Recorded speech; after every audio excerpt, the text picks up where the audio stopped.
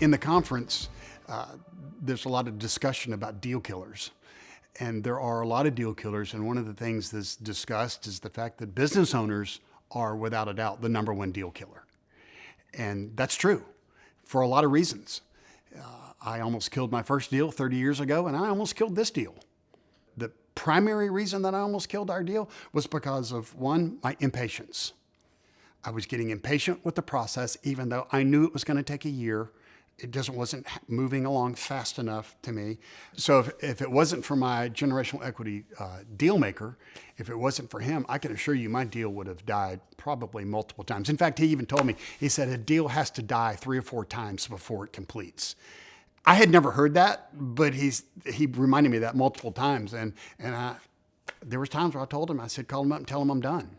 Because I just felt like they kept dragging their feet. And he kept reminding me, he said, Alan, a deal will die multiple times before it's completed. And just be patient, trust me, be patient, trust me. I kept telling myself, be patient, be patient, be patient.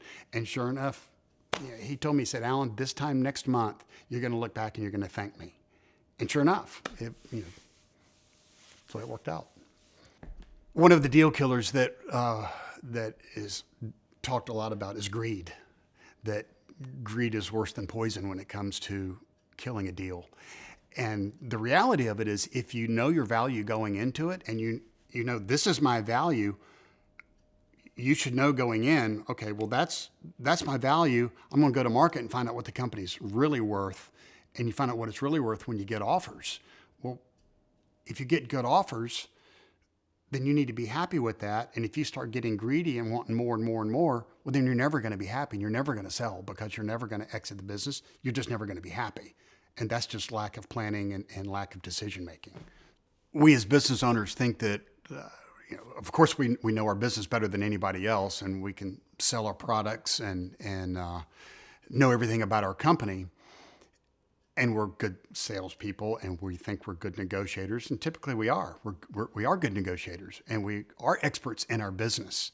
So we think just because we're good salespeople or good negotiators or good business people, that we can probably take those same skills and sell our company.